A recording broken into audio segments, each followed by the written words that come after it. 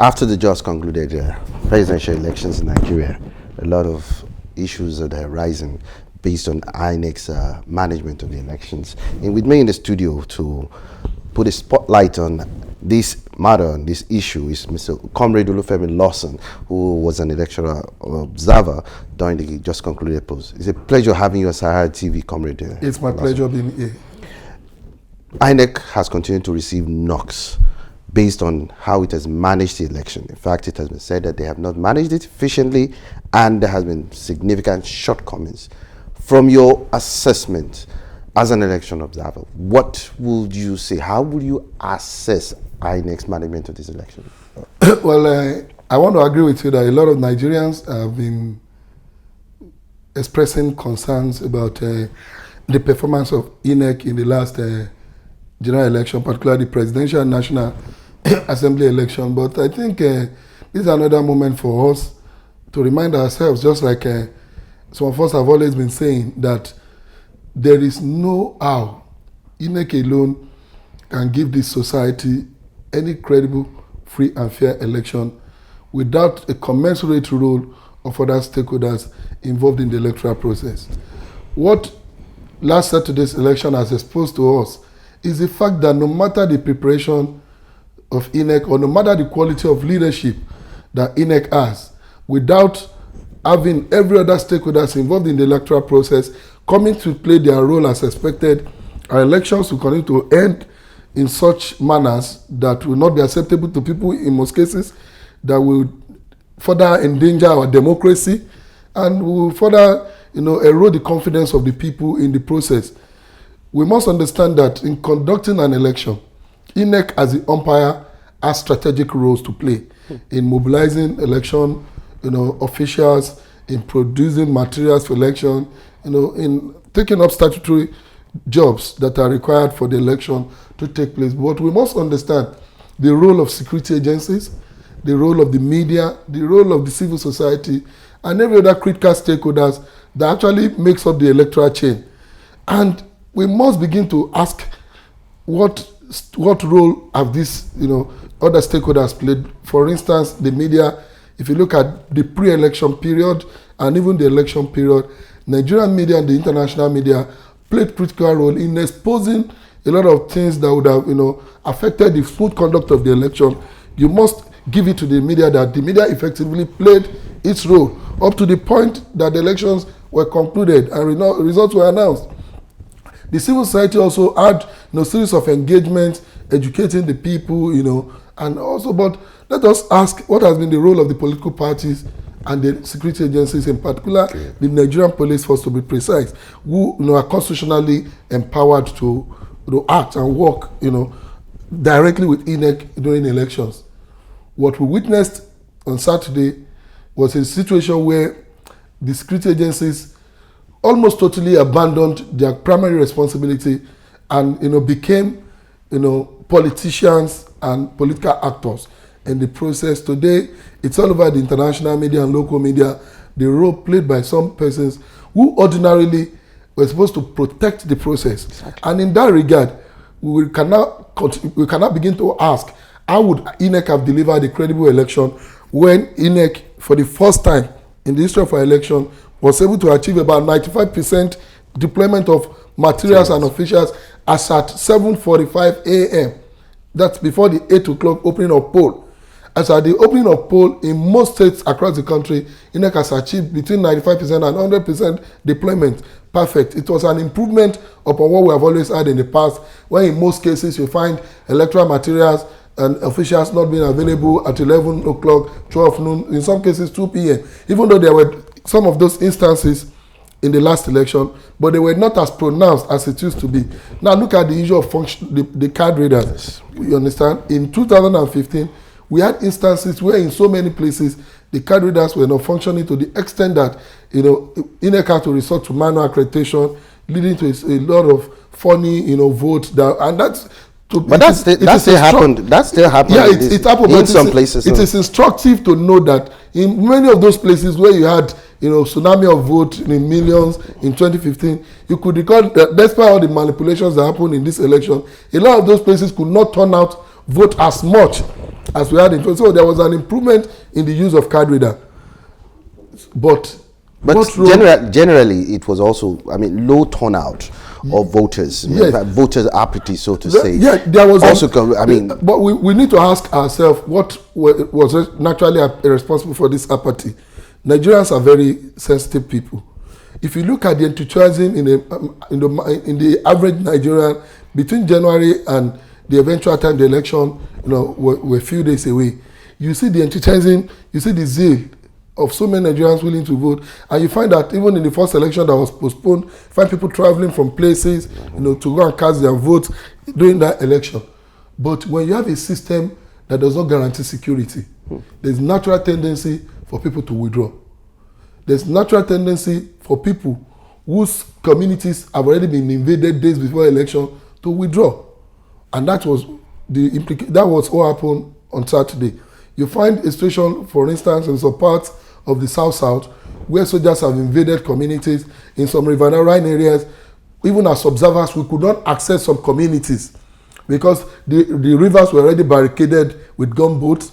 So naturally, there's an intimidation in the atmosphere. There's an atmosphere of fear already created. So a lot of our people had to stay back and say, no, I don't want to get killed. I don't want to. So that was primarily, and that brings us back to the role of the security agencies in our elections. The security agencies, rather than playing the natural role of protecting voters and protecting the vote, ended up unnecessarily taking side with some of these politicians.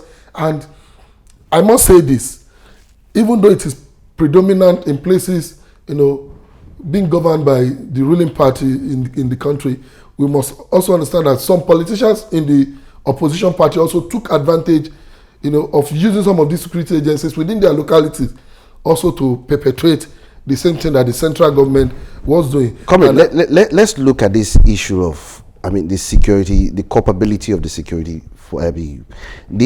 Contrary to Section 29, subsection 3 of the Electoral Act, which empowered INEC to request the deployment of Nigerian armed forces only for the purpose of securing the distribution and delivery of election materials and protection of election officials.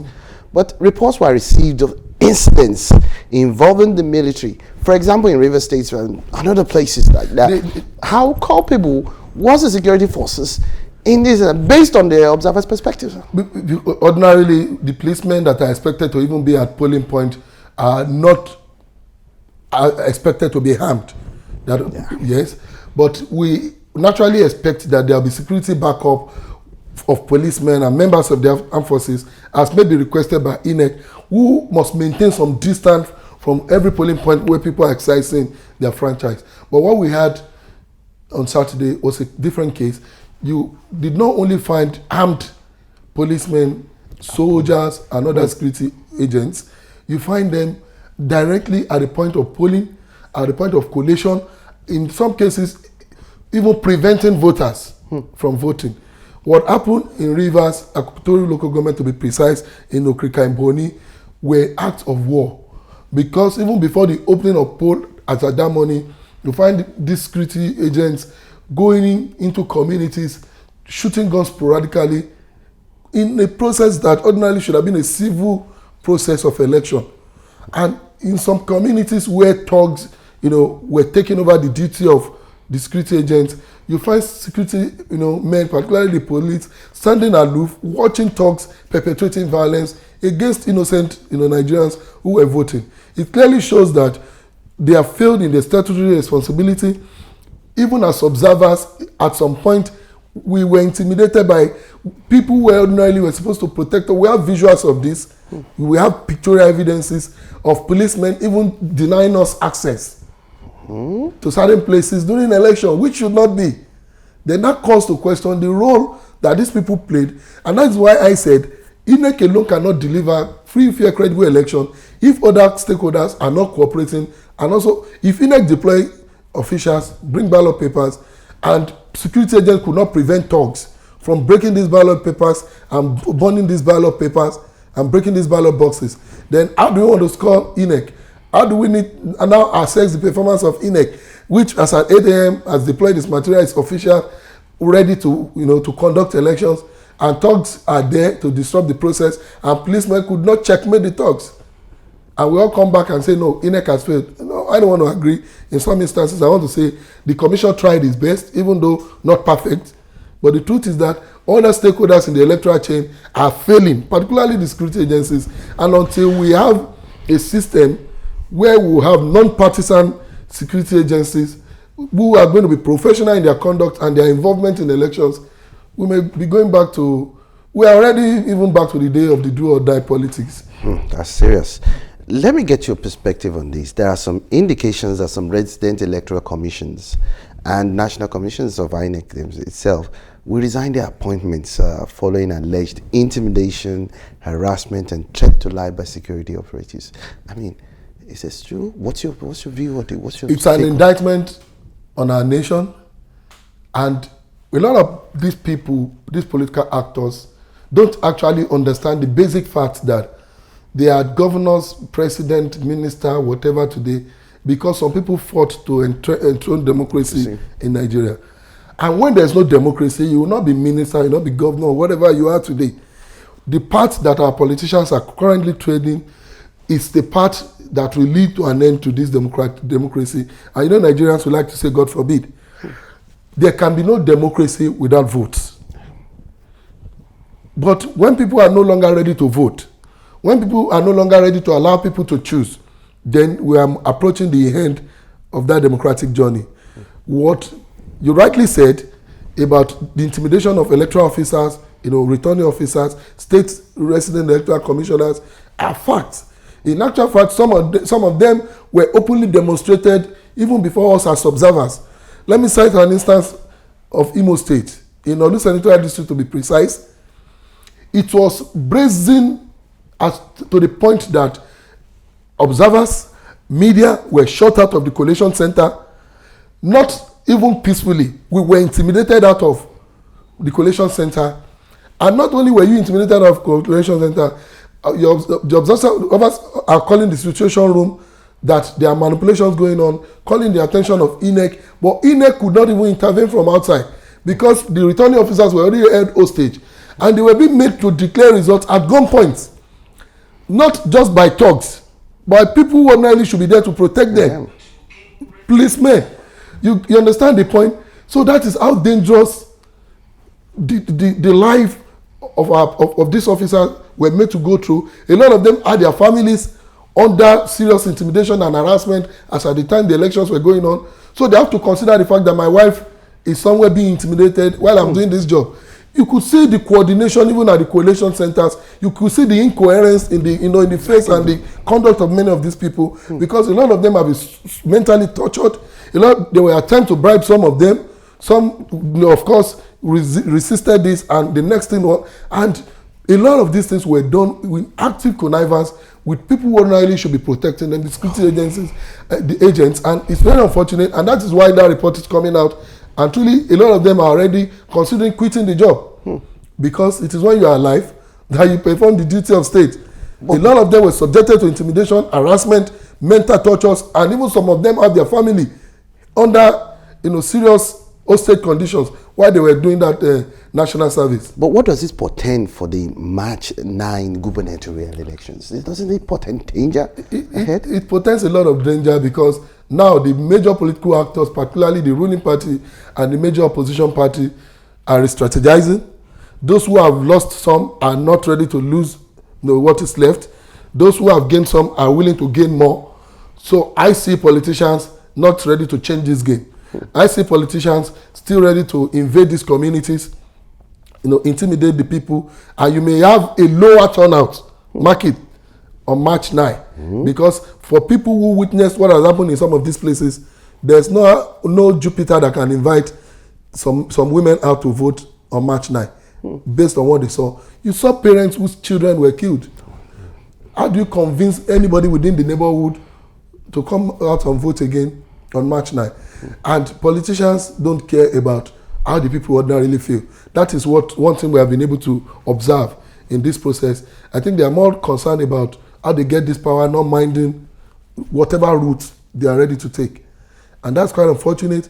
And the intimidation of electoral officials, harassment of people volunteered to work to ensure that democracy is sustained by these politicians, it will portend a lot of danger, and it will take its toll on the March 9 governorship and state house assembly elections. Wow, that is scary.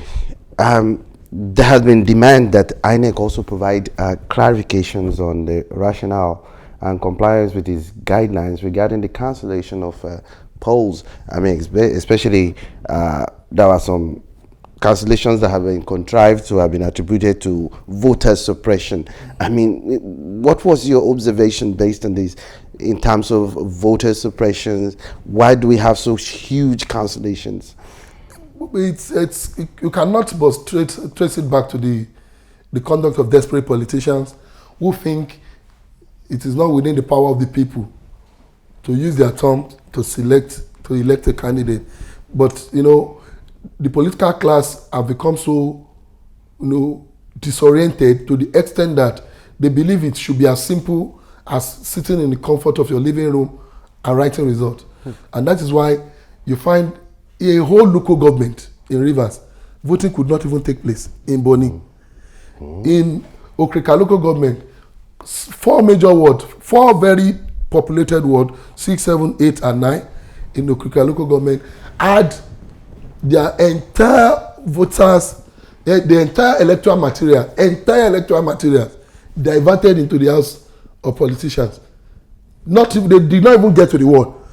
And these were materials handed over to the election officials from the INEC Central Office, duly escorted by security agents. In actual fact, the Okrika local government's 4 ward material were escorted by a divisional police officer of the Nigerian police, but yet the materials were diverted. You could see how much they have been able to suppress people, to deny them the right to vote, and to forcefully manipulate the process. And this is one of the reasons why some of those places INEC has to cancel whatever comes from there.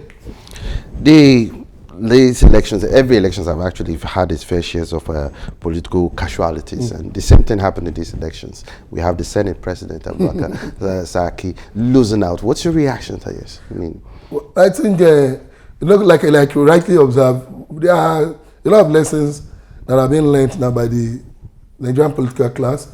They must understand that this democracy, the power to elect anybody, is in the hand of the people. And the lessons that the loss of election by people like Senator Bukola Saraki and some of them, must even including an incumbent governor who contested Senate in Oyo State and lost. The lessons are that you must always understand that you are there to serve the people. Because a lot of these people see they are being in position as a master-servant relationship. They assume the status of the master, and the people are perpetually seen as their servant who must live at their mercy. But they must always understand that there will always be a judgment day where the servant, so to put it, becomes so powerful to determine your political future.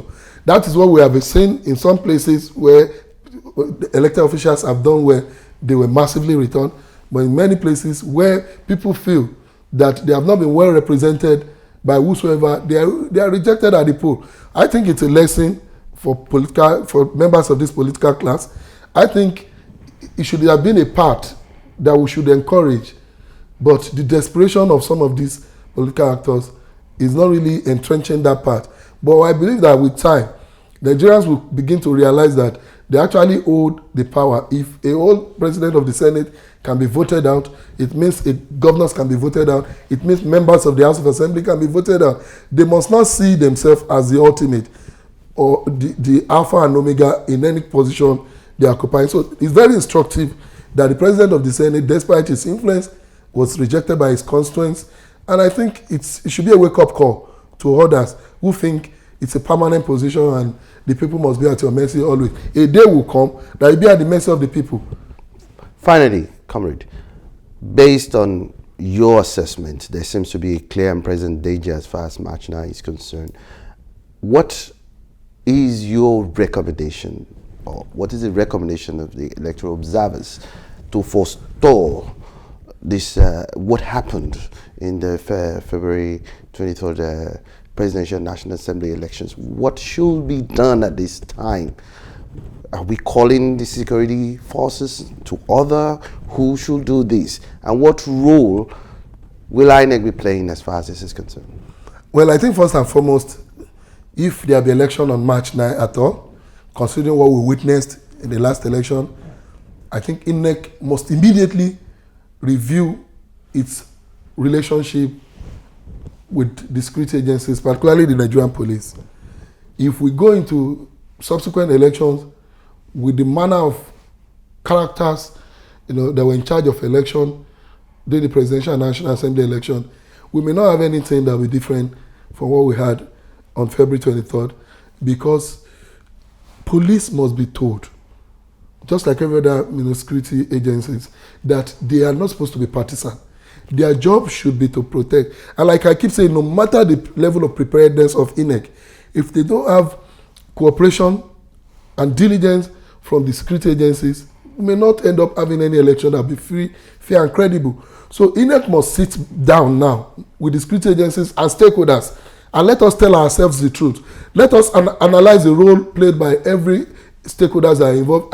Like I mentioned about the media, everybody must give it to the media in this election. The coverage were excellent at all time. And many of these situations were able to be known to Nigerians because of the role of the media. Good. Everybody should come and give its own feedback. What has been our role as observers in this election? What has been the role of the security agencies? So I think there must be a quick review, and INEC and other stakeholders in this case must be able to tell the security agencies the role they have played and the need for us to have a new approach. Otherwise, we may not be doing anything that will be different from what we saw last Saturday.